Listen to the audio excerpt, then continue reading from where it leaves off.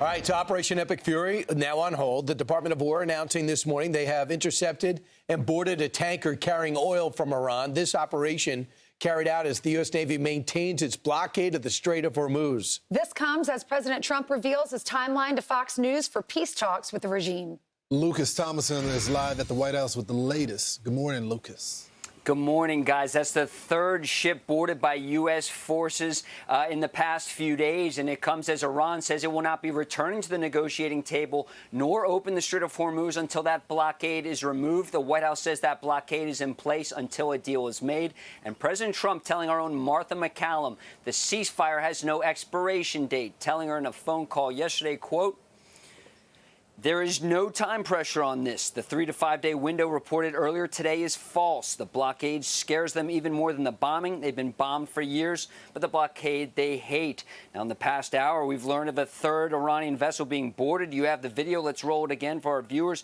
DOW with the caption, "Overnight, U.S. forces carried out a maritime interdiction and right of visit boarding of the sanctioned stateless vessel motor tanker Majestic transporting oil from Iran in the Indian Ocean within the Indo-PACOM area of responsibility. We will continue global maritime enforcement to disrupt illicit networks and interdict vessels providing material support to Iran wherever they operate. International waters cannot be used as a shield by sanctioned actors. The Department of War will continue to deny illicit actors and their vessels freedom of maneuver in the maritime domain." And for those keeping score at home, guys, U.S. forces have directed 31 vessels to turn around or return to port as part of this U.S. blockade against Iran. And here's Caroline Levitt on the latest negotiations with Iran yesterday with Martha. We're waiting to hear back from the Iranian regime. The fact that they cannot send a unified message yet, which is why the president decided to extend the ceasefire, just shows how effective Operation Epic Fury truly was, because there's a lot of internal division over there. The president understands that, and so we await their response. Well, the president, the cards are in his hands. The United States maintains control over the situation. He has all of the leverage. Right now, there are no plans for Vice President J.D. Vance to return to Islamabad to negotiate with Iran, a country that is larger and has more people than Iraq and Afghanistan combined. Guys? All right, so we'll see what happens. Thanks so much, Lucas. And I know the president thought we could get talks on track by tomorrow. That means something's got to happen today. Yep. Because, you're basically flying in the air for a full day.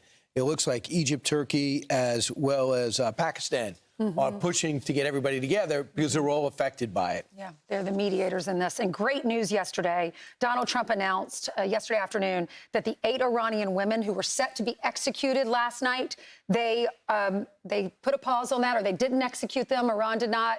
President Trump asked them not to, and this is what the president said. "Very good news. I have just been informed that the 8 women protesters who were going to be executed tonight in Iran will no longer be killed. 4 will be released immediately, and 4 will be sentenced to 1 month in prison." And Lawrence, one woman, she was 16 years old, another 33, accused of providing assistance to the demonstrators that were injured in the January protests, and then one arrested, accused of waging a war against God, and so she was sentenced to death.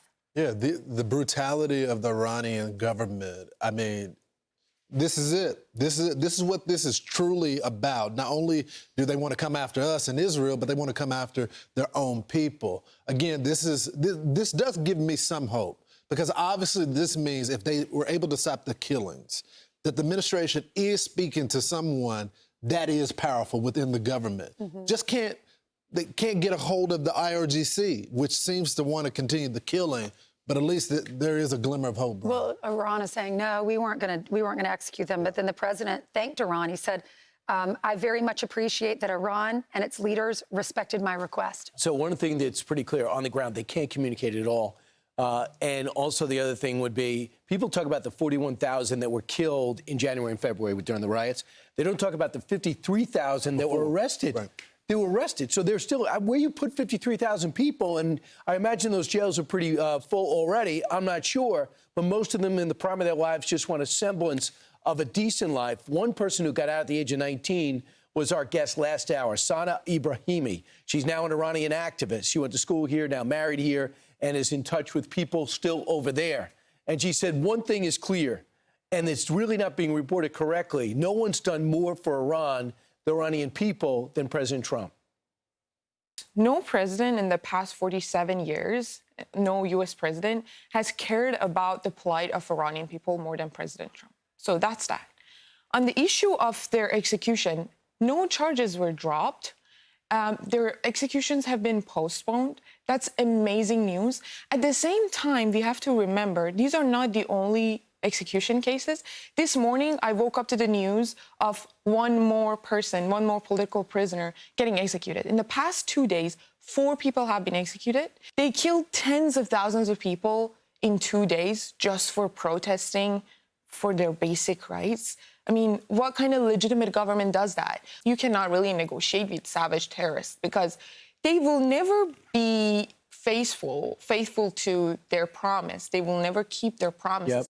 Yeah, at some point, maybe history will report on this, but you got to give the administration, the president, credit for doing deals like this, whether it's the Iranians. If you talk to the Venezuelan people, they'll tell you the same thing, help liberate their country. If you talk to the Israelis, they'll tell you, even if you talk to the Gazans, there's Trump signs there because of that deal he was able to make done right there. You can be tough, you can be violent, but he's also a peacemaker as well.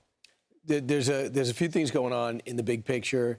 Because of the anti-Trumpism and because the president's been very tough on NATO, you have people around the country, around the West, who now are making believe that Iran wasn't the problem until we started hitting them. And it's just so mind-boggling to think. And I was just watching the Shah's son in Iran, who is probably the most popular person outside the country. Okay, what'd you think of him? He says, just listening to people talk, they got everything backwards about what our operations intended to do and what the focus is and who